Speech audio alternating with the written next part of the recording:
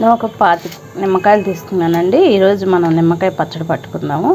ఇదండి ఈ సైజులో మంచి కాయలు చూసుకొని చేసుకోవాలండి. ఇప్పుడు వీటిని నేను సపరేట్ చేస్తాను. 25 కాయలు తీసుకున్నాను. ఇవి సపరేట్ చేశాను నేను. ఇవి రసం పిండుతాను. ఇవేమో పచ్చడికండి. ఇవో డజన్ కాయలు.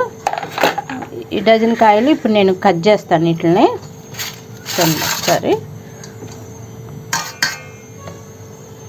కడిగి శుభ్రంగా ఒకట్లా తుడుచుకొని తడి లేకుండా ఆరబెట్టాను. తుడిచిన కాయలు నీట్గా ఈ సైజులో కట్ చేయాలండి పచ్చడికి. ఇవి పచ్చడికండి ఇట్లా కట్ చేసి పెట్టాను నేను. ఈ సైజు కట్ చేసి ఇవేమో జ్యూస్ చేయాలన్నమాట. అది పచ్చడికి, ఇదేమో మనం కట్ చేసుకునేట్లాగా ఓ డజన్ పచ్చడికి, ఓ డజన్ ఏమో నిమ్మకాయ జ్యూస్ అనమాట పచ్చడిలో కలపడానికి కోసం. ఇది ఇట్లా. ఇప్పుడు ఇట్లా నేను ఎప్పుడైనా పచ్చళ్ళలో డబ్బాలో వేస్తున్నాను. పచ్చళ్ళు ఎప్పుడు ప్లాస్టిక్ డబ్బాలు కానీ సీసాల్లో కానీ వేసుకోవాలండి. ఇప్పుడు ఈ ముక్కలను ఇందులో వేస్తున్నాను.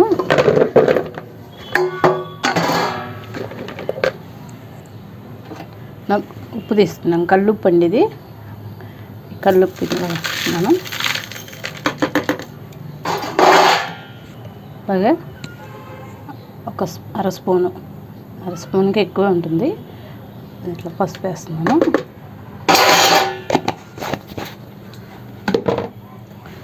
అన్నీ ఇట్లా వేసుకొని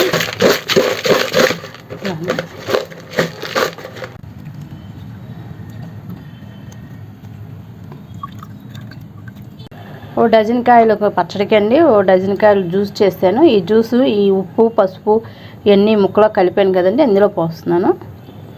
ఇవి వడకడుతున్నానండి. గింజలు ఏమైనా ఉంటే ఇందులో పడకుండా.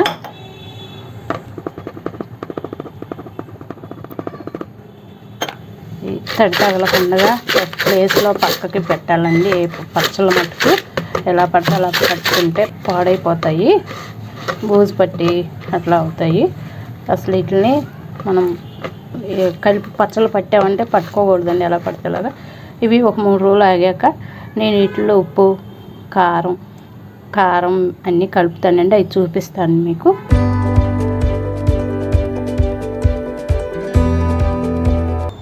మనం ముక్కలు తీసి పెట్టుకున్నామండి. నిమ్మకాయ ముక్కలు ఇట్లా ఊరబెట్టుకొని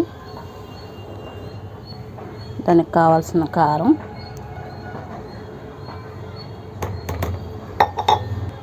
అర స్పూను మెంతిపిండి నేను చేసి పెట్టుకున్నాను.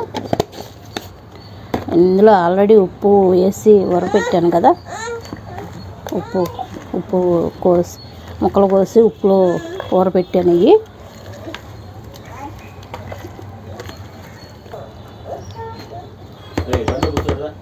నేను ముక్కలు కోసి ఉప్పు వేసి ఊరపెట్టాను. జ్యూస్ అయిపోయింది. మనం డజన్ కాయలు తీసుకుంటే ఓ డజన్ కాయలకి ఒక 5-6 కాయలు జ్యూస్ చేయాలి. ఈ డజన్ కాయల ముక్కలు వీటిలో నేను కలిపి పెట్టాను కదా, చూశాను. ఇప్పుడు కారం కలిపాను. ఒక గ్లాసున్నర, ఒక అర స్పూన్ మెంతిపిండి ఇవన్నీ ఇట్లా కలుపుకొని మనం ఉప్పు కారం చూసుకొని డబ్బాలో పెట్టుకుంటే ఇది నిమ్మకాయ పచ్చడి అండి. ఇప్పుడు నిమ్మకాయలు బాగా వస్తున్నాయి కాబట్టి నిమ్మకాయ పట్టుకున్నాను. ఎలా కలిపానో చూశారు కదా.